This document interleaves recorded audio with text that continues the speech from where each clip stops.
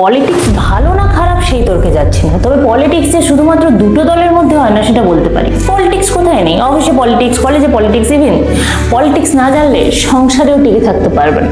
সে তুমি যতই সবার ভালো চাও না কেন আর যতই মন থেকে সবার জন্য করো না কেন, সময় এলে সবাই তোমাকে ঠিক বুঝিয়ে দেবে তারা তোমাকে আদৌ ভালোবেসেছিল নাকি তারা তোমাকে ব্যবহার করেছিল। আসলে পলিটিক্স হলো একটা কৌশল। এবার যদি তুমি ভালো হও তাহলে তুমি তোমার সমস্ত দায়িত্ব পালন করবে, তোমার মন থেকেই সবার ভালো চাইবে, ভালোবাসবে, বাট সেক্ষেত্রে তোমাকে কেউ টেকেন ফর গ্রান্টেড হিসেবে নিতে পারবে না বা কেউ তোমাকে ব্যবহার করতে পারবে না।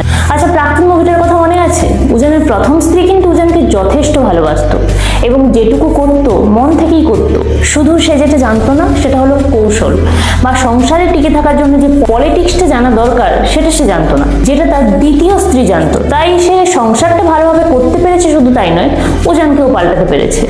বিষয়টা এখানেই, পলিটিক্স ভালো যদি সেটা ভালো উদ্দেশ্যে ব্যবহার হয়, আর পলিটিক্স খুব খতরনাক যদি সেটা খারাপ উদ্দেশ্যে ব্যবহার হয়। কারণ আমি যখন কারোর মন থেকে ভালো চাইছি বা তার জন্য নিঃস্বার্থভাবে কিছু করছি, তার মানে এই নয় যে সে আমাকে ব্যবহার করবে, এবং অন্যায়টা নিজের সাথে হতে দেওয়ার মানেও অন্যায়কে প্রশ্রয় দেওয়া।